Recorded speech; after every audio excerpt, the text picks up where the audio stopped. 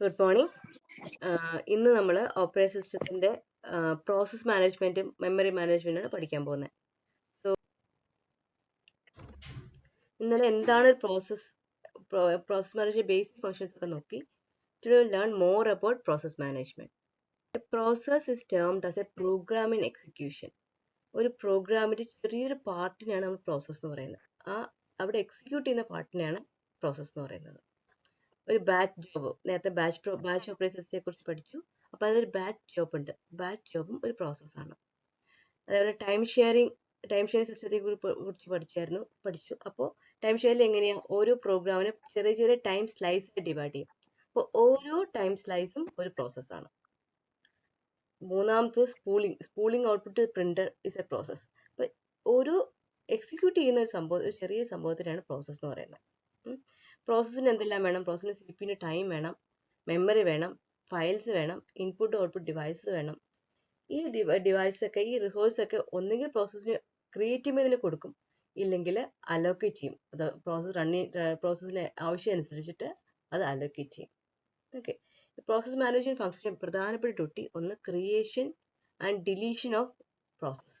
ഈ പ്രോസസ്സ് എന്ന് പറയുന്നത് യൂസറിന്റെ പ്രോസസ്സ് ആവാം, അല്ലെങ്കിൽ OSന്റെ തന്നെ പ്രോസസ്സ് ആവാം. It can be user process or system process. പിന്നെയോ ക്രിയേറ്റ് ചെയ്താൽ മാത്രം പോരാ, ഇടയ്ക്ക് സസ്പെൻഡ് ചെയ്യണം. അത് സസ്പെൻഡ് ചെയ്ത സ്ഥലത്ത് നിന്ന് വീണ്ടും റിസംഷൻ ചെയ്യണം, വീണ്ടും തിരിച്ചും വരണം. എന്തിനാ സസ്പെൻഡ് ചെയ്യണേ? ഇടയ്ക്ക് പ്രോസസ്സിന് പുറത്തേക്ക് പോകണം. അപ്പോൾ സസ്പെൻഡ് ചെയ്തിട്ട് വേണം പുറത്തേക്ക് പോകാൻ.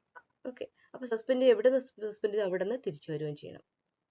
പ്രോസസ് സിങ്ക്രണൈസ് ചെയ്യുക, പ്രോസസ് തമ്മിൽ കമ്മ്യൂണിക്കേറ്റ് ചെയ്യുക, ഡെഡ്ലോക്ക് ഹാൻഡിൽ ചെയ്യുക. ഡെഡ്ലോക്ക് വെച്ച് അങ്ങോട്ടും ഇങ്ങോട്ടും ക്ലെയിം ചെയ്ത് ലോക്കായി പോകരുത്. അങ്ങനത്തെ ലോക്കാവുന്ന മെക്കാനിസം ഹാൻഡിൽ ചെയ്യുക. ഇതെല്ലാം പ്രോസസ് മാനേജ്മെന്റ് ഡ്യൂട്ടിയാണ്.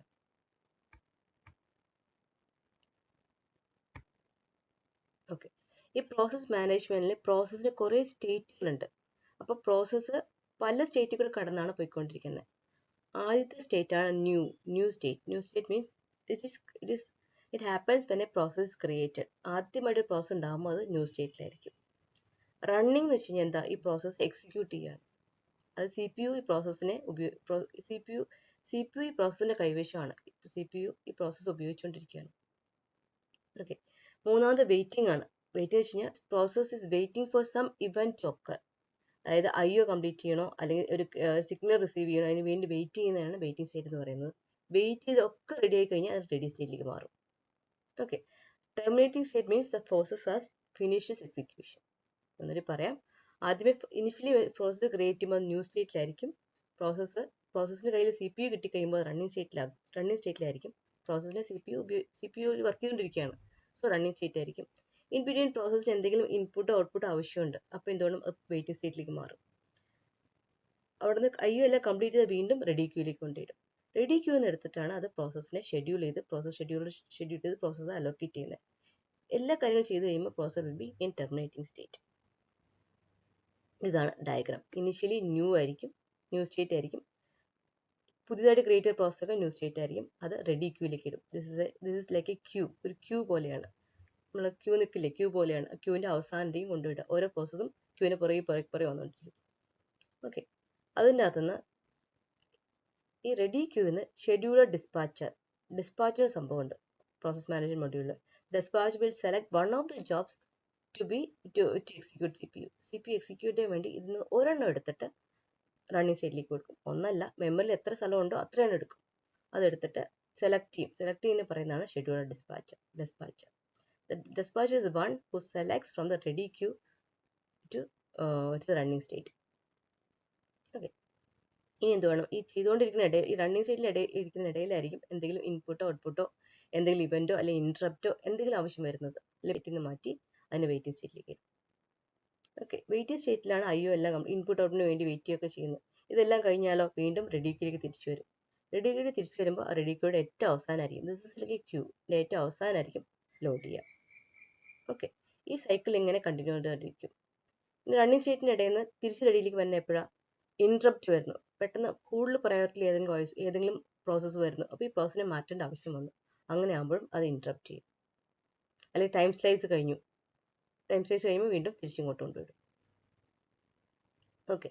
ഈ സ്റ്റേറ്റ് ഇങ്ങനെ കണ്ടിന്യൂ ചെയ്തുകൊണ്ടിരിക്കും. ഫൈനലി എന്ത് വേണം? എല്ലാം ചെയ്ത് കഴിയുമ്പോൾ അത് ടെർമിനേറ്റിംഗ് സ്റ്റേറ്റിലേക്ക് പോകും. These are the process states: new state, ready state, running state, waiting state, and terminated state. I hope it is clear.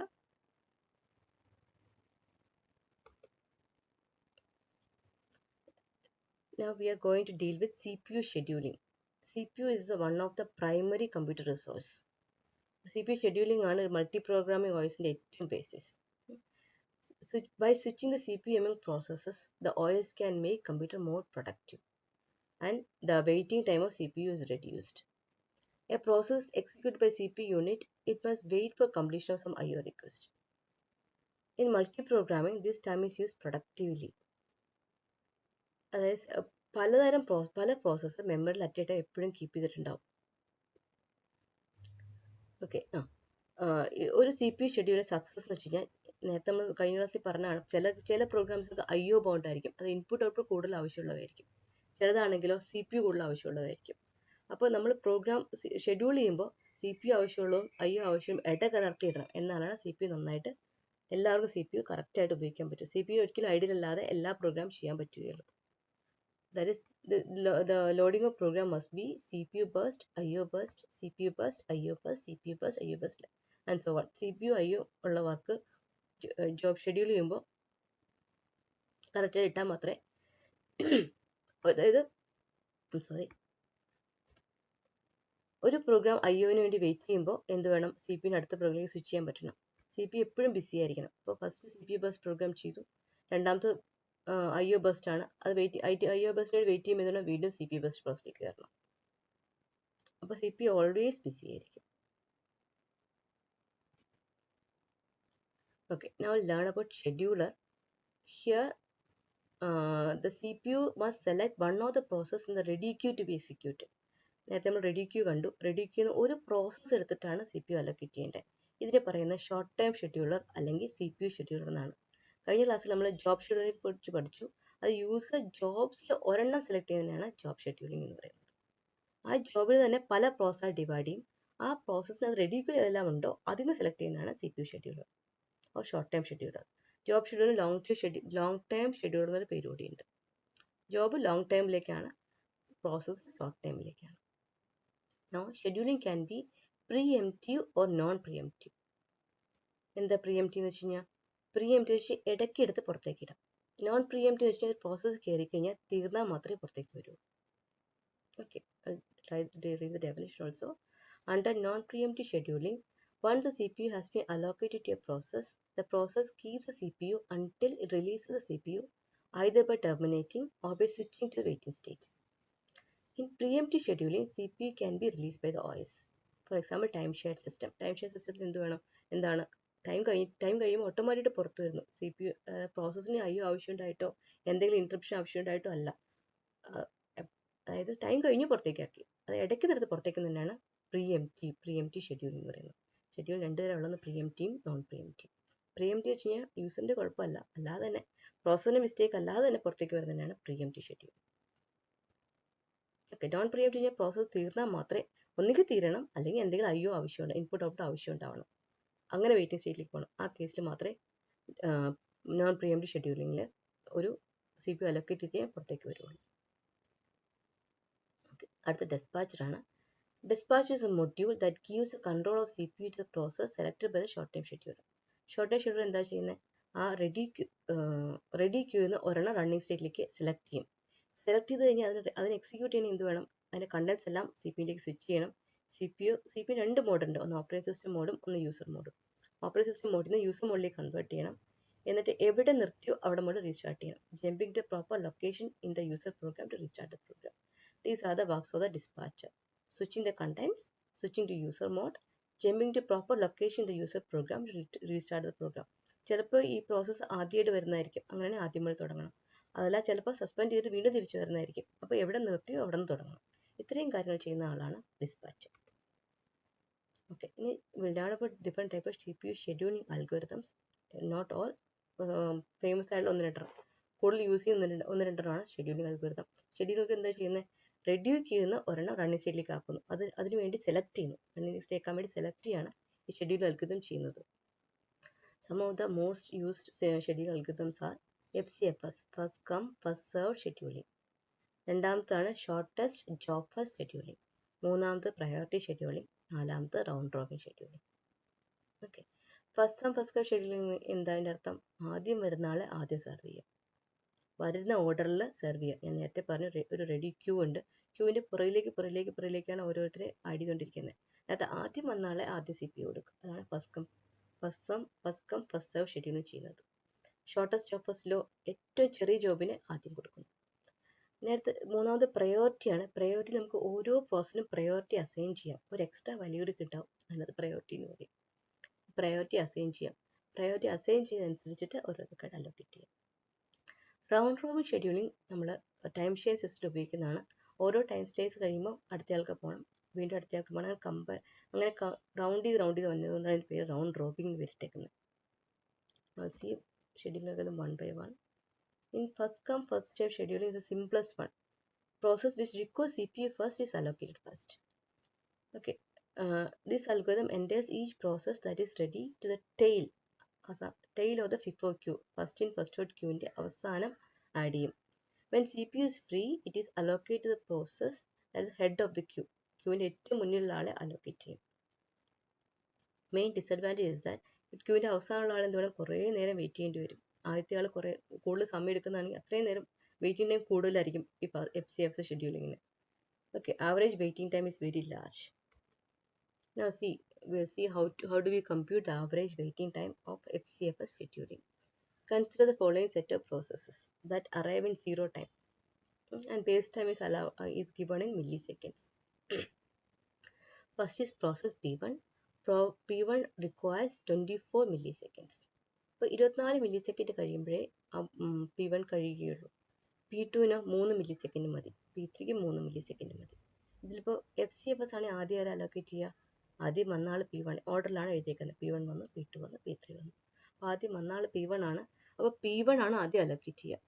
P1 24 second ചെയ്ത് കഴിയും, P1 24 സെക്കൻഡ് ചെയ്ത് കഴിയും, 24 മില്ലി സെക്കൻഡ് ചെയ്ത് കഴിയും. പിന്നെ P2 കൊടുക്കും, പിന്നെ P3 കൊടുക്കും. അപ്പോൾ ഓരോരുത്തരുടെ വെയിറ്റിംഗ് ടൈം എത്ര വേണം?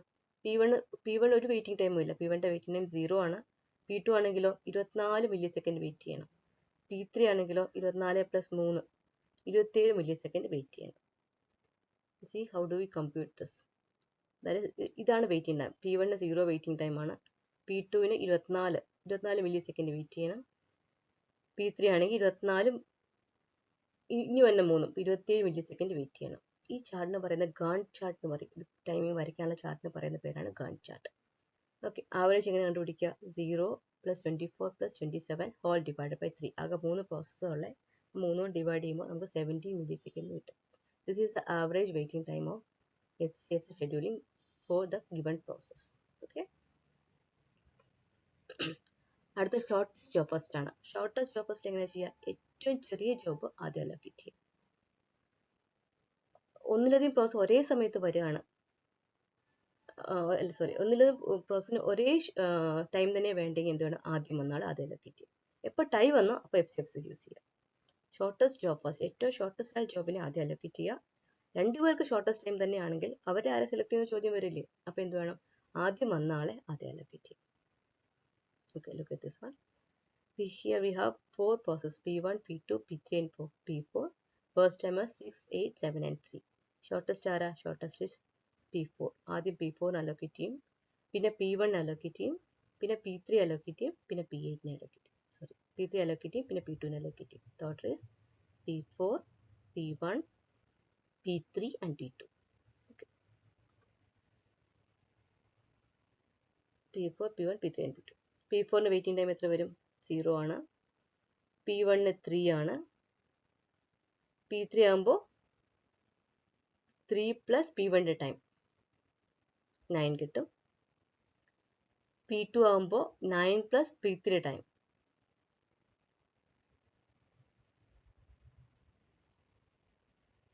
You will get 16. So average waiting time will be 0 + 3 + 9 + 16 whole divided by 4. It will be around 7 milliseconds. Is it clear?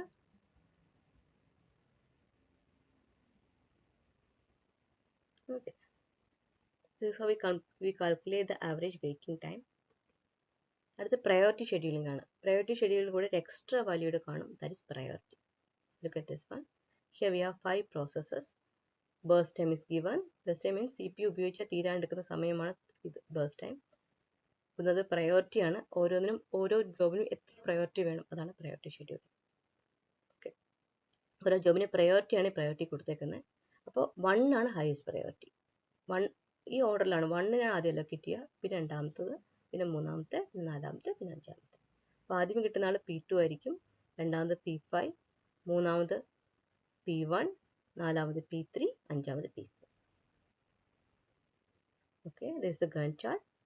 P1 the time taken by P2. P2 ആദ്യം allocate ചെയ്യുന്നത്. P2ന്റെ time 0 ആണ്. P5 എത്ര allocate ചെയ്യണം? P5 will wait for 1 millisecond, and P1 will wait for 6 millisecond. P3 will wait for 16 millisecond, and P4 will wait for 18 millisecond. ഈ last 19 ആകെ തീരാനുള്ള സമയം, എല്ലാം കൂടി തീരാനുള്ള സമയമാണ് ഇവിടെ വന്നേക്കുന്നത്. വെയിറ്റിംഗ് ടൈം എന്ന് പറയുമ്പോൾ ഇവിടെ 18 വരെ വരത്തുള്ളൂ. 0 plus 1 plus 6 plus 16 plus 18 all divided by 5, it will be around 8.2 milliseconds.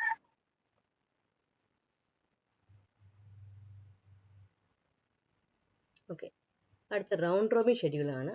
Round robin scheduling is designed for time sharing system. Very similar to FCFS. Preemption is added to switch between processes. ഇടയിൽ നിന്ന് എടുത്ത് മാറ്റാനുള്ള സൗകര്യം കൂടി ഇതിനകത്ത് add ചെയ്തിട്ടുണ്ടാവും. Here, a small unit of time called time quantum or time slice is defined. Around 10 to 100 millisecond. ഒരു time quantum, ഒരു ടൈം സ്ലൈസ്, ഒരു യൂണിറ്റ് ഓഫ് ടൈം ഡിസൈൻ ചെയ്യും. 4 millisecond, 5 millisecond. അത്രയും മില്ലിസെക്കൻഡ് ഓരോരുത്തർക്കും ചെയ്യാൻ സമയം കൊടുക്കുള്ളൂ. ഓക്കെ, ഇവിടെ റെഡി ക്യൂ എന്ന് വെച്ച് കഴിഞ്ഞാൽ സർക്കുലർ ക്യൂ ആയിട്ടായിരിക്കും ട്രീറ്റ് ചെയ്യുന്നത്. അവസാനം വന്ന ആൾ വീണ്ടും ആദ്യത്തെയാവും. നമ്മൾ 1, 2, 3, 4, 5 കഴിഞ്ഞാൽ വീണ്ടും 1. അങ്ങനെ സർക്കുലർ ആയിട്ടായിരിക്കും ക്യൂ ക്രിയേറ്റ് ചെയ്തിട്ടുണ്ടാവുക. അപ്പോൾ അത് മൂവ് ചെയ്തുകൊണ്ടേ ഇരിക്കും. ക്യൂവിൻ്റെ അവസാനമില്ല, വീണ്ടും വീണ്ടും കണ്ടിന്യൂ ചെയ്തുകൊണ്ടിരിക്കും. ക്യൂവിൽ ആരെങ്കിലും ഒരാളുണ്ടെങ്കിൽ ക്യൂ എപ്പോഴും വർക്കിംഗ് ആയിരിക്കും.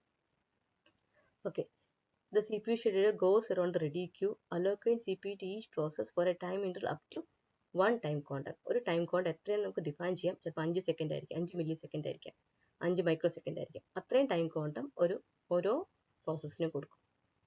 When CPU is allocated to user process, it uses it until the allotted time expires. allotted time മുഴുവൻ ആ പ്രോസസ്സ് CPU ഉപയോഗിച്ചുകൊണ്ടിരിക്കും.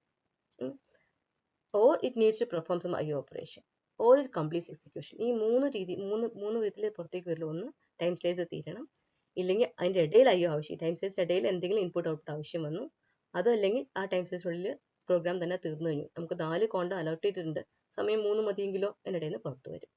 ഒരു ക്വാണ്ടം വെയിറ്റ് ചെയ്യത്തില്ല, അതിന് മുമ്പായിട്ട് പുറത്തേക്ക് വരും. Okay, now see how can we allocate in the case of this scheduling algorithm. Here we have 3 processes. Bus ആദ്യം കണ്ട അതേ ഡയഗ്രാം തന്നെയാണ്, ഏറ്റവും ആദ്യം കണ്ട അതേ എക്സാമ്പിൾ തന്നെയാണ്. ഇവിടെ ടൈം സ്ലൈസിന് 4 millisecond അല്ല 4 യൂണിറ്റ് ആണ്. 4 millisecond ആണ് നമുക്ക് ടൈം ക്വാണ്ടം എന്ന് പറയുന്നത്. അപ്പോൾ എന്ത് വേണം? P1 4 millisecond കൊടുക്കും, P2 4 millisecond കൊടുക്കും, P3 4 millisecond കൊടുക്കും. P4 4 millisecond തീരുമോ? ഇല്ല, P4 24 വേണം. അപ്പോൾ P4 വീണ്ടും പല ടൈം ക്വാണ്ടം വേണ്ടി വരും. P2 4 millisecond കൊടുക്കും, പക്ഷേ P2 4 ആവശ്യമില്ല, P4 3 ആവശ്യമുള്ളൂ. 3 കഴിയുമ്പോൾ P2 ടെർമിനേറ്റ് ചെയ്ത് തിരിച്ച് പുറത്തേക്ക് വരും. P3 അതുപോലെ തന്നെ 4 അലോക്കേറ്റ് ചെയ്യും, പക്ഷെ 3 ആവശ്യമുള്ളൂ. അപ്പോൾ 3 യൂണിറ്റ് കഴിയുമ്പോൾ അത് തീർന്ന് പുറത്തേക്ക് വരും. ചെയ്ത് കാണിച്ചാൽ ഇനിഷ്യലി നമ്മൾ P1 ആണ് അലോക്കേറ്റ് ചെയ്തേക്കുന്നത്. P1 4 കൊടുക്കുന്നു, കാരണം നമ്മൾ ടൈം കോഡ് ഇവിടെ 4 സെറ്റ് ചെയ്തേക്കുന്നത്. അപ്പോൾ 4 കൊടുക്കുന്നുള്ളൂ. 4 കൊടുക്കുമ്പോൾ P1 വീണ്ടും പുറത്താക്കി P2 കയറ്റി. P2 8 വരെ കൊടുത്തിട്ടുണ്ട്. 8 വരെ P2 അലോക്കേറ്റ് ചെയ്തിട്ടുണ്ട്, പക്ഷേ P2 3 മതി. അപ്പോൾ P2 7 ആയപ്പോഴേക്കും പുറത്തേക്ക് വന്നു. പിന്നെ അടുത്ത P3 ആണ് അടുത്ത ആൾ. P3ക്കും 7, 4, 11 വരെ കൊടുക്കുന്നുണ്ട്, പക്ഷെ 10 മതി, കാരണം P3 എപ്പോഴേക്കും തീരും. P3 പുറത്തേക്ക് വന്നു.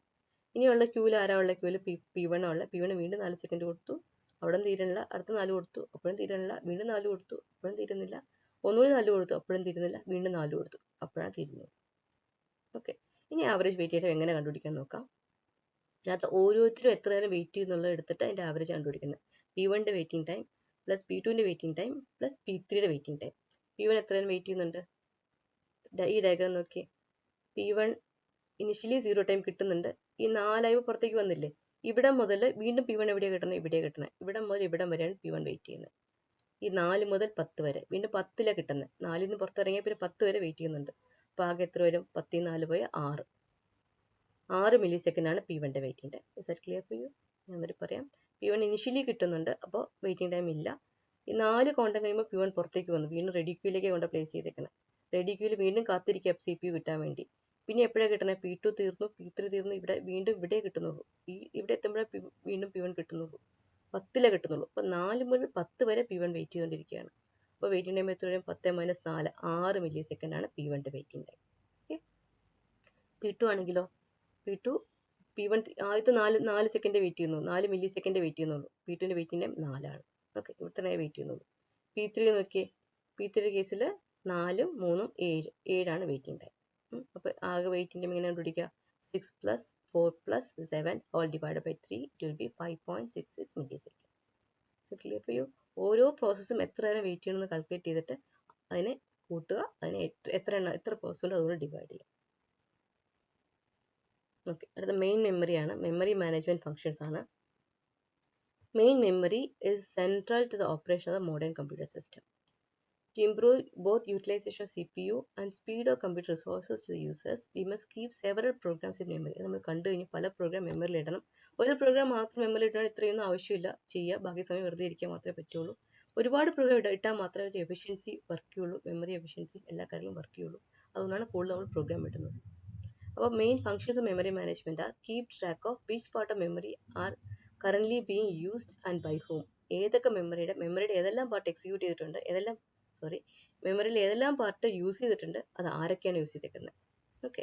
Decide which process are to be loaded into memory. ഏതൊക്കെ പ്രോസസ്സ് മെമ്മറിയിലേക്ക് ലോഡ് ചെയ്യണം. കാരണം മെമ്മറി ഇതെല്ലാം ലിങ്ക്ഡാണ്. C P U ready queue എന്ന് ചൂസ് ചെയ്ത് റണ്ണിങ് ആക്കുകയും അത് വേണം, അതിന് മെമ്മറി ആവശ്യമുണ്ട്. അപ്പോൾ മെമ്മറി മാനേജ്മെൻറ്റ് ആ പ്രോസസ്സ് മെമ്മറി ഉണ്ടായേ പറ്റൂ.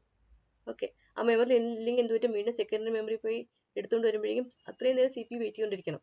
CPU എന്താവശ്യപ്പെട്ടോ അതെല്ലാം മെമ്മറി ഉണ്ടാവണം. അപ്പോൾ പ്രോസസ്സ് മാനേജ്മെൻറ്റ് എന്ത് ചെയ്യുന്നു? അതിനെ സിങ്ക്രണൈസ് ചെയ്ത് വേണം മെമ്മറി മാനേജ്മെൻറ്റ് ചെയ്യാൻ. That's one of the major task of an operating system. Okay. അപ്പോൾ എന്ത് വേണം? Decide which process are to be load in memory when memory space is available. Okay. ഇനി ഏത് പ്രോസസ്സൊക്കെ ലോഡ്, ഇനി അഡ്വാൻസ്ഡ് ലോഡ് ചെയ്ത് വെച്ചിരിക്കും. ഇങ്ങനൊരു പ്രോസസ്സ് എന്താവശ്യമുണ്ടോ അതെല്ലാം മെമ്മറിയിൽ ഉണ്ടാവും. ഇനി മെമ്മറി അലോക്കേറ്റ് ചെയ്യണം. സെലക്ട് ചെയ്ത് ഞാൻ ആ മെമ്മറി സ്പേസ് ആ പ്രോസസ്സിനെ അലോക്കേറ്റ് ചെയ്യണം. അതുപോലെ തന്നെ ചെയ്ത് കഴിയുമ്പോൾ അലോക്കേറ്റ് ചെയ്യണം. ഈ 4 തിങ്ങാണ് ബേസിക് ആയിട്ട് മെമ്മറിയിലുള്ളത്. ഒന്ന്, ഏതൊക്കെ മെമ്മറി ഉപയോഗിക്കുന്നു, keep track of these things. ഏതൊക്കെ മെമ്മറി ആരൊക്കെ ഉപയോഗിക്കുന്നുള്ളതാണ് keep track of these things. പിന്നെ decide which process are to be loaded in the memory. ഇനി ആരൊക്കെയാണ് ലോഡ് ചെയ്യേണ്ടത്, മെമ്മറി സ്പേസ് അവൈലബിൾ ആക്കുമ്പോൾ ആരൊക്കെ വേണം ലോഡ് ചെയ്യാൻ അത് തീരുമാനിക്കുക. മെമ്മറി അലോക്കേറ്റ് ചെയ്യുക, മെമ്മറി അലോക്കേറ്റ് ചെയ്യുക. These are the major task of memory management module. Okay, now let's see what happens in the case of uniprogramming module. Uniprogram means there is only one program. I told you before, this is about memory. Memory is divided into two parts. One is operating system part and another is user part. OS always resides in memory in the case of uniprogramming. OS memory അകത്തന്നെ ഉണ്ടാവുള്ളൂ. User സ്പേസിൽ ഒരു പ്രോഗ്രാമൊക്കെ load ചെയ്യുക. അത് ചെയ്ത് കഴിഞ്ഞു, അതിനെ പുറത്താക്കി രണ്ടാമത്തെ കൊണ്ടിട്ടു. അത് ചെയ്ത് കഴിയുമ്പോൾ മൂന്നാമത്തെ കൊണ്ടിട്ടു. ഇങ്ങനെയാണ് യൂണിപ്രോഗ്രാം മെമ്മറി മോഡലിലുള്ളത്. ഒരു പ്രോഗ്രാം അറ്റ് എ ടൈം ഉണ്ടാവുള്ളൂ. ഓക്കെ. ഇതിനകത്ത് proper memory utilisation, resource utilisation ഒന്നും തന്നെ നടക്കുന്നില്ല. കാരണം ഒരു പ്രോഗ്രാമിന് ഒരു മെമ്മറി മൊത്തമായിട്ട് അലോക്കേറ്റ് ചെയ്യല്ലേ. നമുക്ക് വർക്ക് വരുന്നത് multi programming means multiple programs are in memory at the same time. In ബ്രോഡായിട്ട് പറഞ്ഞ 2 തരം സ്കീമുകളിൽ multi programming fixed partition and multi program with variable memory partition. Fixed പാർട്ടീഷനിൽ ഒന്ന് OSന്റെ പാർട്ട്, ബാക്കി യൂസറിൻ്റെ ഏരിയ മുഴുവൻ ഫിക്സ്ഡ് ആയിട്ട് ഡിവൈഡ് ചെയ്യും. ഫോർ എക്സാമ്പിൾ 100 ബൈറ്റ്സ്, 100 MB, എല്ലാ 100 MB ഡിവൈഡ് ചെയ്യുക, അല്ലെങ്കിൽ എല്ലാ 400 MB ഡിവൈഡ് ചെയ്യുക. ഈക്വലായി ഡിവൈഡ് ചെയ്യുമ്പോൾ ഓരോ പാർട്ടീഷനും ഓരോ ജോബ് വെച്ച് കയറ്റും. ജോബ് 1, ജോബ് 2, ജോബ് 3, 3 ജോബ് കയറാൻ സ്ഥലമുള്ളൂ. അത് കയറ്റും. ഇവിടുത്തെ കുഴപ്പം എന്താ? ചിലപ്പോൾ ഈ ജോബ് 1 ഇത്രയും ഉണ്ടാവുള്ളൂ, ജോബ് 1 ഈ സ്പേസ് മുഴുവൻ വേണ്ടി വരില്ല. അപ്പോൾ കുറച്ച് സ്ഥലം ഇവിടെ വേസ്റ്റ് ചെയ്യും. That's known as fragmentation. അതേപോലെ ചിലപ്പോൾ ഇതിന് മുഴുവനായിട്ട് കൂടുതൽ സ്പേസ് വേണ്ടി വരും. കൂടുതൽ സ്പേസ് വരുമ്പോൾ ഇടാൻ സ്ഥലം ഉണ്ടാവില്ല. ആ ജോബ് നമുക്ക് എക്സിക്യൂട്ട് ചെയ്യാൻ പറ്റില്ല. ഇങ്ങനെ കുറച്ച് ലിമിറ്റേഷൻസ് ഈ ഫിക്സ്ഡ് പാർട്ടീഷനുണ്ട്. രണ്ടാമത്താണ് വേരിയബിൾ പാർട്ടീഷൻ. വേരിയബിൾ പാർട്ടീഷൻ എന്താണ്? വേരിയബിൾ പാർട്ടീഷനിൽ മെമ്മറി സ്പേസ് ഫിക്സ്ഡ് ആയിരിക്കില്ല, അത് വേരിയിങ് ആയിരിക്കും. ആദ്യത്തെ ജോബ് 1 കയറ്റി, അതിന് മുഴുവൻ എടുത്തു, ബാക്കി സ്ഥലം അങ്ങനെ കിടക്കുകയാണ്. അതിൽ ജോബ് 2 കയറ്റി, ഇനി കുറച്ച് സ്ഥലമേ ഉള്ളൂ, അതിനകത്ത് ഏത് ജോബാണ് ഇതിൽ ഉള്ളാവുന്നത് അത് കയറ്റാം. That is known as fixed partition. Okay. Now another two terms are dynamic loading and dynamic linking. usually we load all the programs and link all the programs. Here dynamic means all the programs are loaded in the main memory. എല്ലാ main മെമ്മറിയിൽ എല്ലാ പ്രോഗ്രാമും load ചെയ്യണം execute ചെയ്യണമെങ്കിൽ. ചില സമയത്ത് നമുക്ക് എന്താണ് ഡിലേ ചെയ്യാം. Here sometimes complete program is loaded in memory, but sometimes a certain part of routine or program is loaded into main memory only when it is called by program. പ്രോഗ്രാമിന് ആവശ്യമുള്ള മാത്രം കൊണ്ടുവന്ന് വരുന്ന മെക്കാനിസമാണ് ഡൈനാമിക് ലോഡിംഗ് എന്ന് പറയുന്നത്. മനസ്സിലായോ? അത് ഓരോ പ്രോഗ്രാം മെമ്മറി ലോഡ് ചെയ്താൽ മാത്രമേ അത് എക്സിക്യൂട്ട് ചെയ്യാൻ പറ്റത്തുള്ളൂ. എക്സിക്യൂട്ട് ചെയ്യണമെങ്കിൽ മെമ്മറി ലോഡ് ചെയ്യണം. ഇത് നേരത്തെ ലോഡ് ചെയ്യേണ്ട, എപ്പോൾ വിളിക്കുന്ന അപ്പോൾ ലോഡ് ചെയ്താൽ മതി. That is known as dynamic loading. ഇതുപോലെ ഡൈനാമിക് ലിങ്കിങ് ഉണ്ട്. ഒരു പ്രോഗ്രാം പല പ്രോഗ്രാം ഡിപ്പെൻഡൻ്റ് ആയിരിക്കും, ഒരു പ്രോഗ്രാം ഇൻഡിപെൻഡൻ്റ് ആയിരിക്കില്ല. അത് വേറെ കുറേ പ്രോഗ്രാമിനെ ഡിപ്പെൻഡ് ചെയ്തിട്ടുണ്ടാവും. ഈ ഡിപ്പെൻഡ് ചെയ്ത പ്രോഗ്രാം എല്ലാം മുഴുവനായിട്ട് ഒരുമിച്ച് കൊണ്ടൊന്ന് ലോഡ് ചെയ്യേണ്ട, ഒരുമിച്ച് ലിങ്ക് ചെയ്ത് വെക്കേണ്ട. ഏതൊക്കെ ആവശ്യമുണ്ടോ അപ്പോൾ മാത്രം ലിങ്ക് ചെയ്താൽ മതി. CPU links dependent programs to the main executing program only when it's required. That is known as dynamic linking. അടുത്ത സ്വാപ്പിംഗ് ആണ്. സ്വാപ്പിംഗ് എന്താ? അങ്ങോട്ടും ഇങ്ങോട്ടും മാറ്റി എഴുതാം. A process need to be in memory for execution, but sometimes there is not enough memory space to hold all the process. So what you have to do? The excess program are kept on disk and brought in to run dynamically. Swapping is a process of bringing each process to main memory, running it for a while and then putting back to the disk. ഡിസ്കും main മെമ്മറിയും തമ്മിൽ അങ്ങോട്ടും ഇങ്ങോട്ടും swap ചെയ്യുന്ന മെത്തേഡാണ് swapping. നമുക്കറിയാം ഓരോ program execute ചെയ്യുന്നത് മെയിൻ മെമ്മറി ഉണ്ടായേ പറ്റും. മെയിൻ മെമ്മറി സ്ഥലം ഇല്ലെങ്കിൽ അത് ലോഡ് ചെയ്യാൻ പറ്റില്ല, അത് സെക്കൻഡറി മെമ്മറിയിലായിരിക്കും ഉണ്ടാവുക. അപ്പോൾ ഏതെങ്കിലും സ്പേസ് ഫ്രീ ആകുമ്പോൾ തന്നെ ഇങ്ങോട്ട് കൊണ്ട് ലോഡ് ചെയ്യും. ഒരു പ്രോഗ്രാം ചെയ്ത് കഴിഞ്ഞു ഇടയ്ക്ക് IO പോയി, ഇനി തിരിച്ചു വരും, ആ നേരം കൊണ്ട് ഡിസ്കിൽ കൊണ്ട് തിരിച്ചു കൊണ്ട് വയ്ക്കാം. അങ്ങോട്ടും ഇങ്ങോട്ടും മാറ്റുന്നതിനാണ് സ്വാപ്പിംഗ് എന്ന് പറയുന്നത്. മെയിൻ മെമ്മറിയിൽ നിന്ന് ഹാർഡ് ഡിസ്കിലേക്കും ഹാർഡ് ഡിസ്കിൽ നിന്ന് മെയിൻ മെമ്മറിയിലേക്ക് മാറ്റുന്ന മെത്തേഡിനാണ് സ്വാപ്പിംഗ് എന്ന് പറയുന്നത്. ഓക്കെ, കണ്ടിന്യൂസ് മെമ്മറി ലൊക്കേഷൻ നമ്മൾ നേരത്തെ പറഞ്ഞു കഴിഞ്ഞാൽ മെമ്മറി ഫുൾ ഒറ്റ ബ്ലോക്കായിട്ട് അലോട്ട് ചെയ്യും. ഒറ്റ ബ്ലോക്കേ ഉള്ളൂ.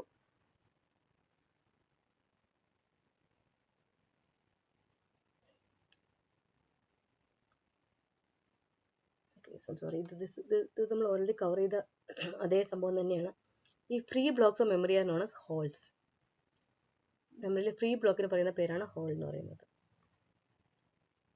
Okay, memory protection is a phenomenon by which we control memory space, memory access right to the computer. ഇത്രയേ ഉള്ളൂ. നമ്മൾ പല യൂസിൻ്റെ പ്രോഗ്രാം മെമ്മറി കൊണ്ട് ഇടുവാണെങ്കിൽ തമ്മിൽ അങ്ങോട്ടും ഇങ്ങോട്ടും access ഉണ്ടാവരുത്. memory should be protected from one another. That is known as memory access protection. Okay, now see how do we allocate memory. നമ്മൾ നേരത്തെ ഫിക്സഡ് പാർട്ടീഷനും വേരിയബിൾ പാർട്ടീഷനും പഠിച്ചു. ഫിക്സഡ് പാർട്ടീഷൻ പ്രോബ്ലം എന്താ? ചെറിയ പ്രോഗ്രാമാണ് അത്രയും സ്പേസ് ഇടയിൽ വേസ്റ്റ് ചെയ്യും, വലിയ പ്രോഗ്രാമാണ് കയറുമില്ല. വേരിയബിൾ പാർട്ടീഷൻ ആണെങ്കിൽ ഒരു പ്രോഗ്രാം വരുന്നതനുസരിച്ച് കയറ്റാം, വരുന്നതനുസരിച്ച് അവിടെ മെമ്മറി സ്പേസ് ഉണ്ടാവും. ഹോൾ എന്നാണ് പറയുന്നത്, HOLE, ഹോൾ. അപ്പോൾ first fit means the first hole that is big enough to allocate the program. പല ഹോൾസ് കിടപ്പുണ്ടാവും. അതിനകത്ത് ഏറ്റവും ആദ്യത്തെ വലിയ ഹോൾ ഏതാണോ അത് അലോക്കേറ്റ് ചെയ്യാണ് first fit. Best fit means will allocate the smallest hole big enough to allocate the program. ഈ സ്മോളസ്റ്റ് ഹോൾ അലോക്കേറ്റ് ചെയ്യുന്ന ഗുണം എന്താ? ബാക്കി വേസ്റ്റേജ് വരത്തില്ല. Worst fit is the largest hole that is big enough will be allocated to a program. Okay, next thing is fragmentation. Fragmentation, we know that the memory space is divided into a set of holes. Imagine a black slate, ഒരു black board imagine ചെയ്യുക. Black board നമ്മൾ ആദ്യം initially black board is fully clean. ടീച്ചറിന് എവിടെ നിന്ന് വേണം എഴുതാൻ തുടങ്ങും. അപ്പോൾ എഴുതി പല സ്ഥലത്തും എഴുതി കണ്ടിന്യൂസ് ആയിട്ട് എഴുതിക്കൊണ്ടിരുന്നു. ഇടയ്ക്ക് ആവശ്യമുള്ള സ്ഥലത്തൊക്കെ മാച്ച് കളയുമ്പോൾ എന്ത് പറ്റും? വീണ്ടും ഫുൾ ബ്ലാക്ക് ബോർഡ് അല്ല മായ്ക്കുന്നത്, പല സ്ഥലത്താണ് മായ്ക്കുന്നത്. അപ്പോൾ അവിടെ ഇവിടെ ആയിട്ടെങ്കിലും സ്ഥലം ഉണ്ടാവും. ഓക്കെ, ഇനി എഴുതാൻ പറ്റുന്ന ആ സ്ഥലത്ത് മാത്രമേ എഴുതാൻ പറ്റുള്ളൂ. This is known as fragmentation. External fragmentation and internal fragmentation. ഇത് മെമ്മറി ഉണ്ട്, പല സ്ഥലത്തായിട്ട് മെമ്മറി ഉണ്ട്, പക്ഷെ കണ്ടിന്യൂസ് ആയിട്ടല്ല. This known as external fragmentation. Internal fragmentation ആദ്യം പറഞ്ഞതാണ്. നമ്മൾ ഫിക്സഡ് പാർട്ടീഷനിൽ പ്രോഗ്രാം അലോക്കേറ്റ് ചെയ്തു, ബാക്കി കുറച്ച് സ്ഥലം കിടപ്പുണ്ട്, അതിനെയാണ് ഇന്റേണൽ ഫ്രാഗ്മെന്റേഷൻ എന്ന് പറയുന്നത്. Okay, two more techniques in memory management are paging and segmentation. Paging is a solution to fragmentation problem. Paging is a memory management mechanism that allows the physical address space of a process to be non-continuous. Here, physical memory is divided into blocks of equal size called pages. രണ്ടാമത് segmentation ആണ്. Segmentation is another memory management scheme that support user view of memory. Segmentation allows breaking of virtual address space of a single process into segments that may be placed in non-continuous areas of physical memory. Memory പല സ്ഥലത്ത് കിടക്കുകയാണെങ്കിൽ കൂടിയും അതിൽ മെമ്മറിയിൽ store ചെയ്യാനുള്ള ഒരു മെക്കാനിസമാണ് segmentation എന്ന് പറയുന്നത്. Okay, that's about memory management. Now we'll see secondary storage management or file management. Secondary ഇതുവരെ നമ്മൾ പഠിച്ചതിൽ മെമ്മറി എന്ന് വെച്ചാൽ പ്രൈമറി മെമ്മറിയാണ്. പ്രൈമറി മെമ്മറി കുഴപ്പം എന്താ, പ്രൈമറി മെമ്മറി വോളറ്റൈലാണ്. കറണ്ട് ഉണ്ടെങ്കിൽ മാത്രമേ പ്രൈമറി മെമ്മറി ഉണ്ടാവുള്ളൂ. കറണ്ട് ഇല്ലയോ പ്രൈമറി മെമ്മറിയുടെ ഡാറ്റ എല്ലാം നശിക്കും. It is volatile. Secondary memory storage are needed for permanent storage. Permanent store ചെയ്യാനുള്ള ഒരു മെക്കാനിസമാണ് secondary storage. Secondary storage mechanism നമ്മൾ പറയുമ്പോൾ അതിൻ്റെ ക്യാരക്ടറിസ്റ്റിക്സ് അതാണ് speed, capacity, data transfer rate and access method. Access method can be sequential or random. Sequential ചെയ്യാം 1 by 1, random വെച്ചാൽ എവിടെ നിന്ന് വേണം റൈറ്റ് ചെയ്യാം, എവിടെ നിന്ന് എടുക്കാം. Okay, these are the memory management. Free space management, storage allocation and disk scheduling. Okay, free space, എവിടെയൊക്കെ ഫ്രീ സ്പേസ് ഉണ്ടോ അതെങ്ങനെ മാനേജ് ചെയ്യാം, സ്റ്റോറേജ് എങ്ങനെ അലോക്കേറ്റ് ചെയ്യാം, ഡിസ്കിന് എങ്ങനെ ഷെഡ്യൂൾ ചെയ്യാം. ജോബ് ഷെഡ്യൂളിംഗ് പഠിച്ചപ്പോൾ ജോബ് ഷെഡ്യൂളിംഗ് അറിയാം, മെമ്മറി ഷെഡ്യൂളിംഗ് ഉണ്ട്, അതുപോലെ പ്രോസസ് ഷെഡ്യൂളിംഗ് ഉണ്ട്, അതുപോലെ ഡിസ്ക് ഷെഡ്യൂൾ ചെയ്യണം. This is about device management, and we'll see what all things are with the file management.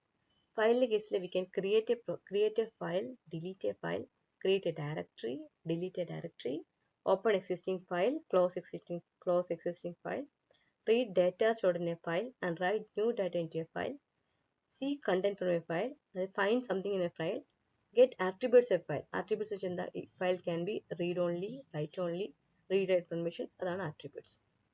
Set attributes to a file, rename a file, copy the contents of a file, save the contents of a file. These are the file management functions.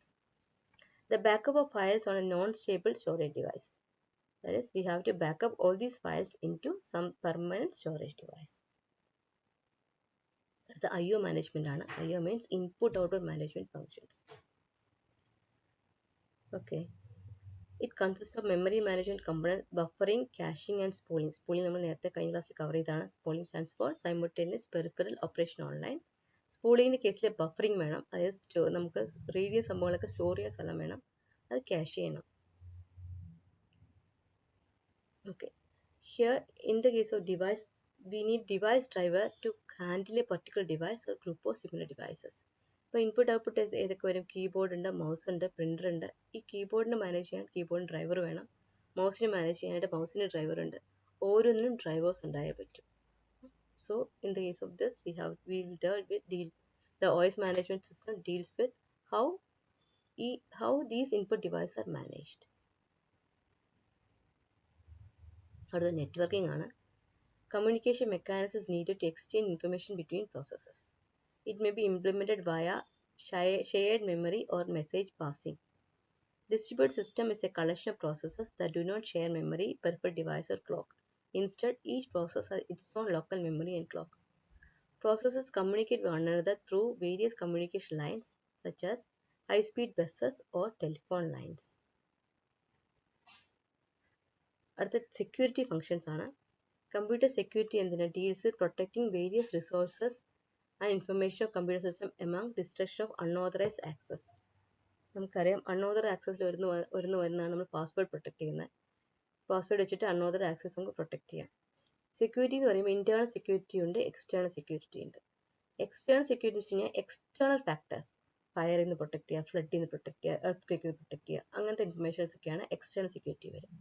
Okay, അത് safe custody വെക്കുന്നതാണ് external security എന്ന് പറയുന്നത്. Internal security ആണെങ്കിലോ authentication, that is password authentication, face authentication, fingerprint authentication, അങ്ങനെ authenticate ചെയ്ത് data കിട്ടുന്നതിനാണ് internal security എന്ന് പറയുന്നത്. ഓക്കെ, ഈ protection can improve reliability by detecting errors. ഈ സിസ്റ്റത്തിൽ ഉണ്ടാകുന്ന എറേഴ്സ് എന്തൊക്കെയാണ്? ഒന്ന് CPU failure, memory failure, memory error, power failure, or IO device ആണ് പാരിറ്റി എറർ. പാരിറ്റി ഒക്കെ എന്താണെന്ന് അറിയാമല്ലോ. Connection failure, lack of paper in printer, അതൊക്കെ എറേഴ്സ് ആണ്. യൂസർ പ്രോഗ്രാം ആണെങ്കിലോ ഒക്കെ അരിത്തമെറ്റിക് ഓവർഫ്ലോ, നമ്മൾ കൂട്ടുന്നു, ഇടാനുള്ള സ്പേസ് അതിനകത്തില്ല. Attempt access illegal memory location, user എന്ന് വേറെ ആളുടെ ഏരിയ കൊണ്ട് റെഫർ ചെയ്യാൻ നോക്കുകയാണ്, അല്ലെങ്കിൽ OS റെഫർ ചെയ്യാൻ നോക്കുകയാണ്, These are known as illegal memory location. Okay, user authentication. I'll just read out the definition of user authentication. A computer system must check its user identification before allowing a user to use it. Passwords are used for logging into the computer. Commonly used user authentication mechanisms include ATM cards in banks, biometric devices such as fingerprint recognition and face recognition. Okay, access control means if a computer system has multiple users, then its resources and information must be protected from one another. Protection refers to a mechanism for controlling the access of program, process, and users to resources by the computer system. Various levels of access are read-only, read-write, and execute. This can be granted to a user. അടുത്തൊരു major area ആണ് cryptography. Even if a user accesses some information, he is not authorized to access some mechanism and mechanism are needed to ensure that user cannot make use of the information. അതായത് എങ്ങനെയെങ്കിലും information യൂസറിന് കിട്ടി, വേറെ ആൾക്ക് ഒരു intruder കിട്ടിയാൽ പോലും എന്താണെന്ന് വായിക്കാൻ പറ്റില്ല. Because cryptography is a mechanism works on the idea of encrypting information to prevent interpret the information. ആ ഇൻഫർമേഷൻ സ്റ്റോർ ചെയ്യുന്നത് എൻക്രിപ്റ്റഡ് ഫോമിലായിരിക്കും, അത് വായിക്കാൻ പറ്റത്തില്ല. Authorized users can have only necessary key to decrypt the encrypted information. ക്രിപ്റ്റോഗ്രഫിയിൽ even information കിട്ടിയാൽ പോലും അത് readable ഫോമിലായിരിക്കില്ല. അങ്ങനെ സേവ് ചെയ്യുന്നതാണ് ക്രിപ്റ്റോഗ്രഫി എന്ന് പറയുന്നത്. Okay, this is about today, and I'm giving you an assignment. Just copy it down and do it for tomorrow. Thank you.